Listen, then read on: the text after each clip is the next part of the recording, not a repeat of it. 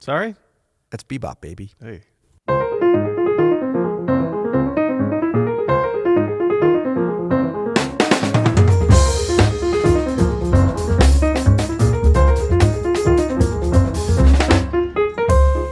I'm Adam Maness. And I'm Peter Martin. And you're listening to the You'll Hear It podcast. Daily jazz advice coming at you. Coming at me is a bunch of bebop shouting.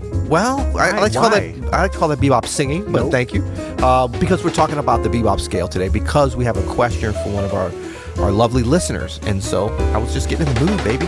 Lovely listeners. This is from lovely Elias. All right. Yeah, let's hear it. Hey, Peter and Adam, it's Elias. I have a question for you guys about bebop scales. How important are bebop scales to practicing, and the principle of lining up the chord tones with the strong beats of the bar? It's not something that Peter stresses a whole lot in the jazz piano method. It comes up in the elements of jazz piano course, but when I do transcription of like great players, it's not always the case that the strong beats of the bar are lining up with the chord tones of the change. And for me, at least, it's like way too much to try to keep in mind when I'm improvising. So I'm just curious, like, how important is this? It seems to be like a really important principle of jazz pedagogy these days, but it doesn't seem to bear out in practice.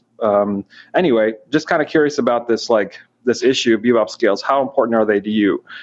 Loving the podcast so far. 7 stars all the way. Thanks.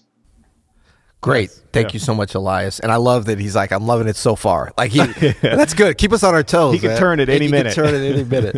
I like he's kind of bringing up a little bit of controversy there in that there might be some discrepancies in our, in general in the jazz world, in our, hitherto, jazz theory being kind of soundproof in saying that there's that discrepancy between the actual practice and the usage and the application of this sort of concept. But this is true for almost all jazz theory. And I think bebop, quote unquote, bebop scales are another one of these things that I don't think is like super universal. Yeah. Especially not for real players. Well, I love how you immediately threw shade on just the concept by saying quote unquote before you even said it. What do you mean by that? So, like a lot of things, the deeper that I've gotten into this and the more I've tried to explain it for our purposes here at Open Studio, it's kind of evolved on me a little bit. And I've talked to some other people. I had a great conversation with our friend John Ellis, great tenor saxophonist. Oh, yeah.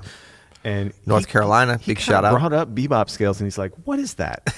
And he's like, "I just don't think about things like that." He's like, "I think about using chromaticism to line up, a phrase I'm trying to line up or to get anywhere. But that chromaticism can happen anywhere. It doesn't have to be at some specified place." And I think the way we've done it, the course he was referring to, Elements of Jazz Piano, which is our intermediate course, and we just we're trying to introduce that concept of a chromatic note in between to make it an 8-note, turn a 7-note scale into an 8-note scale, because it does happen to line up. I don't think it's crucial that it always lines up, but it's just another tool that you can use, this chromaticism, and it could really be between any tones. It doesn't have to be between the root and then the dominant 7 or the 5 and the 6, like in the Barry Harris 6 diminished scale, which is some people call the major bebop scale, right? It can be between the root and the 2 or the 2 and the 3. In fact, that sounds awesome. It can be really anywhere you want it to be, and it can be however many chromatic steps you want it to be. It's whatever you're hearing is more important than any theory that anybody tells you. Yeah, and when you use the word tool, and I just realized maybe we can sort of frame this as like, how do we use this tool of the bebop scale, but not in a way that we end up sounding like a tool on our instrument. I knew you were going to go there. Did you know that? As I said the word tool, I was like, he's going to bring this back. No, but that's funny and witty, as often I am. But it's also, I think, but like the whole thing of like, you don't sit around with good players like John Ellis and talk about, man, I'm going to use the bebop scale on this. And so there is a little bit of shade from the standpoint that I think with good players and how we use this, we use the bebop scale, but not in the kind of acknowledged way that you would talk about the Dorian or the altered scale. Look, we don't sit around and talk about any of these scales in terms of I'm going to use them here, but we do try to explain the application of them, successful situations to use them, certainly from a technical standpoint, like how do we master these scales so that we can draw upon the segments of them that we want to at the appropriate time. Yeah. But I think the bebop scale, for me, it's like I didn't really know what a bebop scale was until I knew almost every other scale for some reason. I don't know why. It just wasn't introduced to me. I was playing parts of it, which is, the foundation of it just being.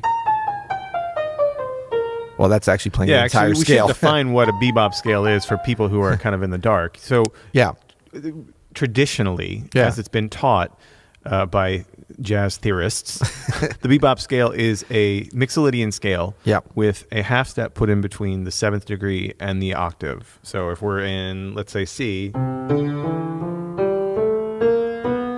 there's that little chromatic passage. Chromatic and Bach is in poor shape. It is. It's stuck in the pod cave. And so the reason why people say this is good is because then on the beat you get C, E, G, B flat, C. Is that good though? It's kind of good. Well, here's the second part of Elias's question here is that, like, isn't it fine for the 9th to land on the beat? Exactly. Like, it sounds great. Yeah. Or the 13th also sounds very, very good. Yeah. In fact, most good musicians could have the 4th land on the beat and it sounds just fine, and it's not a problem. I think this has been part of sort of the institutionalization. Let me try this again.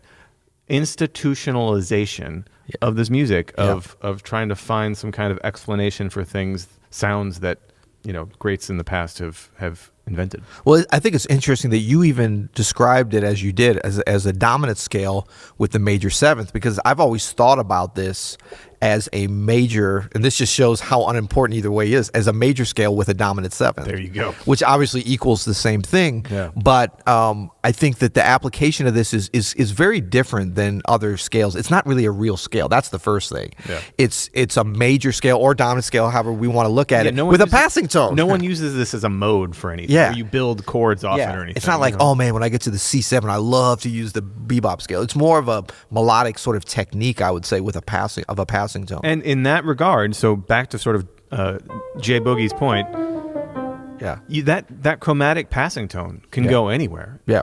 So instead of, you can put it between the 5th and the 6th, or between the 2nd and the 3rd,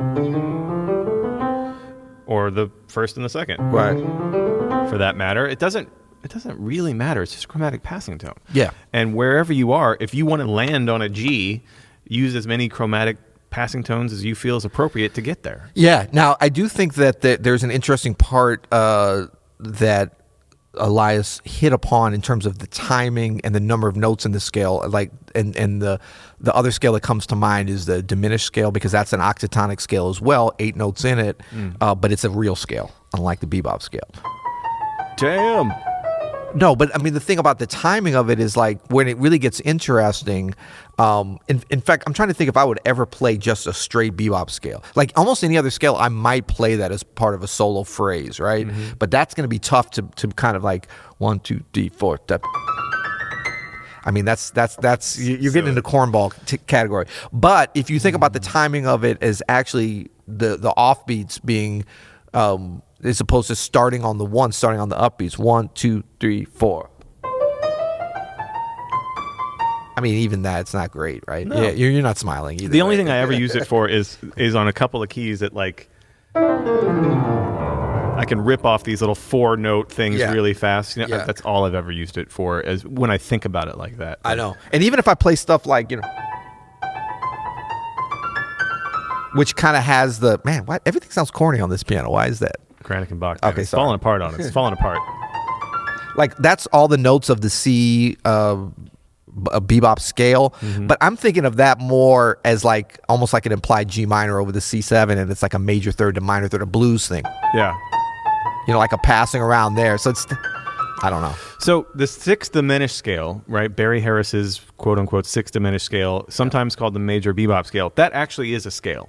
Okay. That you can build chords off of. And we talked about this before. Which one is that? I don't even know that one. Do I know that? It has the chromatic step between the 5th and the 6th. Yeah. And so if you skip a note on that scale, you get a major 6 chord. Right. And then you move that up, you get a diminished chord. Are we about to drop some 2s? We've gone over this several times, so I don't need to go over that. But that actually is something that you can build harmony off of. You can build, obviously, melodies off of. But there's a whole system to that.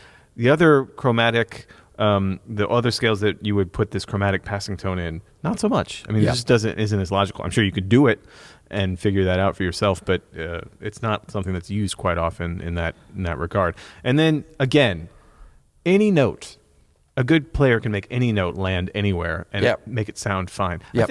I think band directors mostly use this bebop scale to try to get their players from, starting their solo like, you know what I mean?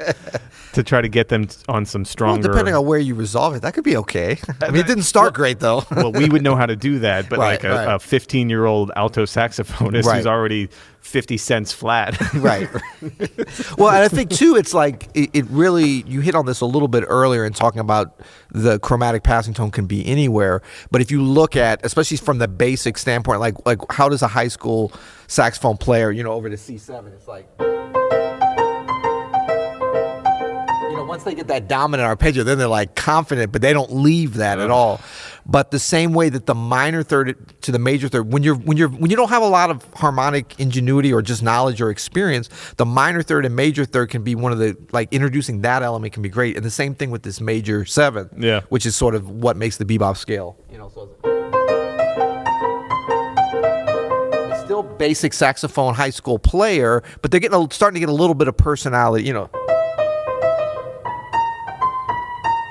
with some hip rhythms. There's you look like there's no hope anyway. Still, right? Well, I mean, your impression of a basic high school player is so accurate that it's a little scary. Like, you have that sound down. Yeah. I think there's a new record in your future. Well, we'll see. Called Basic High School Player, Peter Martin. No, I'm going to be on saxophone, so I'm going to actually sound like that too. That's the great thing. Elias, I think the answer to your question is it's not really that important. Yeah, and that. Great players don't think about it that way really at all. And whenever I've taught just from a piano standpoint, like the importance scales, or really from jazz improvisation, we have that as an element to our program, but it's very de-emphasized, as Elias saw, because it's just, because we focus so much on, even in elements of jazz piano, on a chromatic scale, almost pushing it in before most people would introduce it. Yeah. But that brings this element of the bebop scale out, and we talk about timing of phrases and accenting and stuff. And that's the real thing that I think most players have, is this ability to add chromatic passages to their playing to make them not land on, quote unquote, the strong notes, but the notes that they're hearing, that they want to land on. Now, I do think, I'm just remembering back to like some applications of this that for a basic player can really be helpful, especially if you start at the top and go down on a bebop scale. You can start to get, kind of this thing of timing out of the notes that's sort of interesting. 1, 2, 3, 4. At least hearing the difference between that. Are you going back on everything we just said? But I like that too, because you're ending on the upbeat. There's nothing wrong with either one. But I'm just saying you can hear the difference that way. So you could take the major scale, the dominant scale, and the bebop scale and come down in time, bebop, starting on the 1, just basic eighth notes. Like that is important to kind of, maybe not. I don't think it's you can try it. I'm reaching, man. Because we're getting towards the end of the episode, man. I'm trying to give him something here. Well, I hope this does answer a little bit. Maybe Andrew, cut off that last 25 seconds. No. Well, Elias, we hope this answers your question a little bit. Yep. Notice Elias gave us 7 stars. Did you hear that? He did, and we didn't. We did ask for that. But just a reminder that's a thing we ask for. It's a thing that we ask for, and it's a thing that we get. A lot of. You know what I'm saying? Yeah. You know what I'm saying? We don't get. You can't get everything you want, as the song says. But it turns out with this. Wow. Yeah. With this. Wow. Peter showing off his Rolling Stones. Come on now. Come on. Lack thereof. Actually, just a big shout out to Tim. How did that go again? No, I just saw their saxophonist Tim Reese. Great saxophonist in New York. I just saw him at a gig talking about the Rolling Stones. Oh, cool. Yeah, wonderful saxophonist. Jazz saxophonist, but plays with Rolling Stones. Okay, so... Can't get everything that you want, I think is what you said, Andrew. Oh, yeah, I think that's it. I think I screwed up the words to that a little might bit. have. Yeah. This is... I pronated them. I transposed them is what I was doing. Okay, so today we're going to just... Since you brought up the 7 stars, we did get a nice review from Screaming Jimmy from the United States of America. Who? What's up, Jimmy? No, but he said 5 stars. I know, 7, whatever. This is a great podcast. I just found this online, and after one podcast, I am hooked. Great job, guys. I'm sending my students to your site. Keep it up. Very much That's how we do it. Give it away for free. Yeah, that's right. When you come back, it's still free. But Yeah, but I mean, I like that he must have got the right one episode that he's hooked. Because Yeah, some of there's these only you one wouldn't- good one. Yeah. But you We'll know what? leave We're it up gonna to you to figure out which one that is. We've been getting some people complaining that we're talking about the stars too much, and we don't really care about that because we love the Nobody's stars. complaining about Yeah. that except our one friend. We've gotten a couple, but I want while I'm kind of riffing here, can you pull up that negative YouTube comment? Because we want to start balancing our positive we're always talking about the positive reviews, and we generally get those, but we are getting a little bit of shade on YouTube, and the one that you had, and I want you to give me your answer to it as well. Oh, okay, yeah, we got Yeah. that shade of, I wish you guys would chill a little bit on the quote-unquote humorous banter. So much filler, it's a little bit cringe.